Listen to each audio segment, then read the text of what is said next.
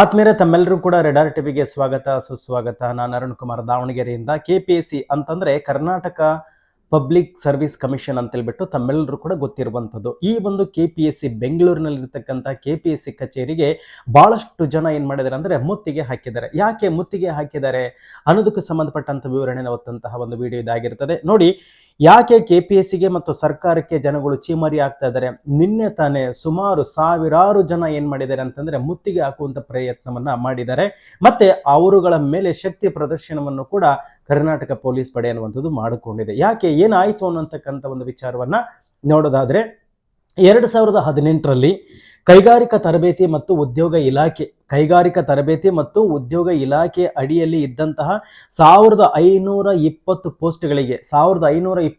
ಪೋಸ್ಟ್ಗಳಿಗೆ ಏನ್ ಮಾಡಿತ್ತು ಅಂತಂದ್ರೆ ಅಧಿಕೃತವಾಗಿರುವಂತಹ ಅಧಿಸೂಚನೆಯನ್ನ 2018ರಲ್ಲಿ ಹೊರಡಿಸಿದ್ರು.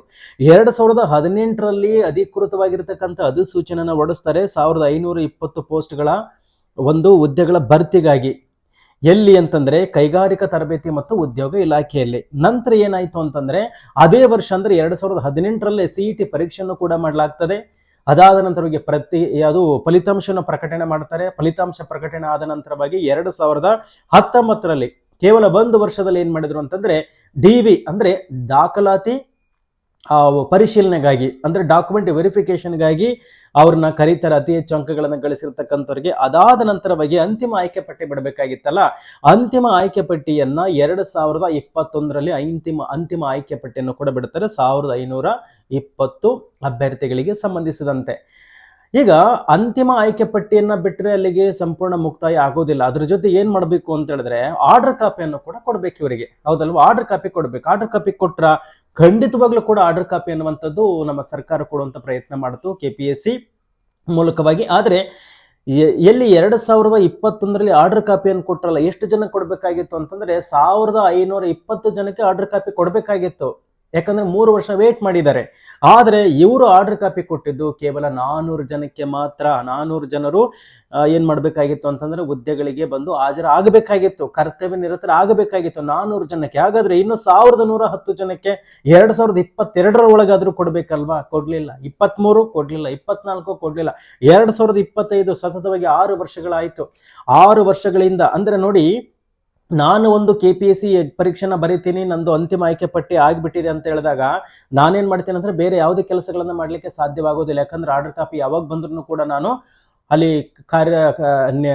ಕರ್ತವ್ಯ ನಿರತನ ಆಗ್ಬೇಕಾಗುತ್ತೆ ನಾನು ಅಂತ ಹೇಳ್ಬಿಟ್ಟು ಮನಸ್ಸಿನಲ್ಲಿ ಇರ್ತದೆ. ಏಕಾಏಕಿ ಎಲ್ಲಾದ್ರೂ ಖಾಸಗಿ ಒಳಗಡೆಗೆ ದಿಢೀರನ್ನ ಬಿಡ್ಲಿಕ್ಕೆ ಅವಕಾಶಗಳು ಸಿಗಬಹುದು, ಸಿಗದೇ ಇರಬಹುದು. ಹಂಗಾಗಿ ಇವರೆಲ್ಲರೂ ಕೂಡ ಬಹುತೇಕ ಜನರು ಏನ್ ಮಾಡಿದ್ರೆ ಗೊತ್ತಾ, ಆರ್ಡರ್ ಕಾಪಿ ಸಿಗದೇ ಇದ್ದು ಅಂತಿಮ ಆಯ್ಕೆ ಪಟ್ಟಿಯಲ್ಲಿ ಯಾರೆಲ್ಲ ಹೆಸರು ಇತ್ತು ಅವರೆಲ್ಲರೂ ಕೂಡ ಏನಪ್ಪಾ ಅಂತಂದ್ರೆ ಈಗ ಆರ್ಡರ್ ಕಾಪಿ ಬರುತ್ತೆ, ಆಗ ಆರ್ಡರ್ ಕಾಪಿ ಬರುತ್ತೆ ಅಂತ ಕಾದು ಕುಳಿತುಕೊಂಡಿದ್ದಾರೆ. ಆದ್ರೆ ಸರ್ಕಾರ ಬೇರೆ ಬೇರೆ ವಿಚಾರಗಳಲ್ಲಿ ಬಹಳಷ್ಟು ಬ್ಯುಸಿ ಆಗಿಬಿಟ್ಟಿದೆ. ಯಾಕಂದ್ರೆ 1520 ಜನರು ಇವರಿಗೆ ಆರ್ಡರ್ ಕಾಪಿ ಕೊಡ್ತಕ್ಕಂಥದ್ದು ಏನು ಬಹಳ ದೊಡ್ಡದಲ್ಲ. ಸರ್ಕಾರ ಮನಸ್ಸು ಮಾಡಿದ್ರೆ, KPSC ಮನಸ್ಸು ಮಾಡಿದ್ರೆ 2-3 ದಿವಸದೊಳಗಡೆ ಆರ್ಡರ್ ಕಾಪಿ ರೆಡಿ ಮಾಡಿ ಅವರಿಗೆ ಕೊಡ್ಬೋದಾಗಿದೆ.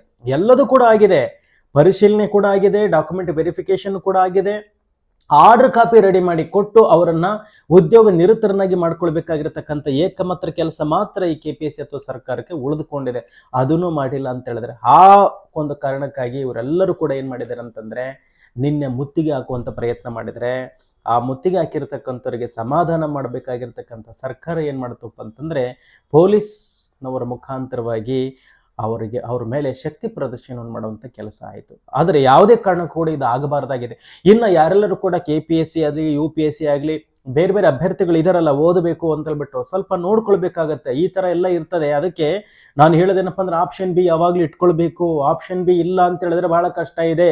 ಸರ್ಕಾರಿ ಉದ್ಯೋಗವನ್ನ ಪಡೆಯುವತ್ತ ಯಾವೆಲ್ಲ ರೀತಿಯಾಗಿರ್ತಕ್ಕಂತಹ ಈ ಒಂದು ಕಸರತ್ತುಗಳನ್ನ ಮಾಡ್ತಾ ಇದ್ರೆ ಬಹಳ ಸಂತೋಷ. ಅದ್ರ ಜೊತೆಗೆ ಆಪ್ಷನ್ B ಇರ್ಲಿ. ಯಾಕಂದ್ರೆ ಈ ರೀತಿಯಾಗಿದೆ, ಯಾವುದೇ ಸರ್ಕಾರ ಬರ್ಲಿ, KPSC ಯಾವುದೇ ಬರ್ಲಿ, ಏನಪ್ಪಾ ಅಂತಂದ್ರೆ ಅವ್ರವ್ರ ಹೊಟ್ಟೆ ತುಂಬಿಸ್ಕೊಳ್ಳೋದೇನಿದನೋ ಅದನ್ನ ಮಾತ್ರ ಗಮನಿಸ್ತಾರೆ. ಯಾಕಂತಂದ್ರೆ ಈಗ ಸಂಪೂರ್ಣವಾಗಿ ಈ ಒಂದು ಕಾಲನೇ ಈ ರೀತಿಯಾಗಿ ಆಗ್ಬಿಟ್ಟಿದೆ. ಈ ಭ್ರಷ್ಟಾಚಾರ ಅಂತಕ್ಕಂಥದ್ದೊಂದು ವ್ಯವಸ್ಥೆ ಆಗ್ಬಿಟ್ಟಿದೆ. ಆದ್ರಿಂದ ಈ ಎಲ್ಲ ಕಾರಣಗಳಿಂದಾಗಿ ನಿನ್ನೆ ಈ ಒಂದು ಪ್ರತಿಭಟನೆ ಅಂತಕ್ಕಂಥದ್ದು ನಡೀತು. ನೋಡೋಣ, ಆದಷ್ಟು ಬೇಗ ಅವರ ಬೇಡಿಕೆಗಳು ಈಡೇರುವಂತಾಗಲಿ, ಬೇಡಿಕೆ ಏನಿಲ್ಲ ಅವ್ರಿಗೆ ಒಂದು ಆರ್ಡರ್ ಕಾಪಿ ಕೊಡುವಂಥದ್ದು, ಆದಷ್ಟು ಬೇಗ ಆರ್ಡರ್ ಕಾಪಿ ಕೊಡುವಂತಾಗಲಿ ಸನ್ಮಾನ್ಯ ಸಿದ್ದರಾಮಯ್ಯನವರು ಇದಕ್ಕೆ ಸಂಬಂಧಪಟ್ಟಂತೆ ಆದಷ್ಟು ಬೇಗ ಚುರುಕಾಗ್ತಾರೆ ಅನ್ನುವಂತಹ ಒಂದು ನಂಬಿಕೆಯನ್ನು ಇಡ್ತಾ ಈ ಒಂದು ವಿಡಿಯೋವನ್ನು ಮುಕ್ತಾಯ ಮಾಡ್ತಾ ಇದ್ದೀನಿ. ನಮಸ್ಕಾರ.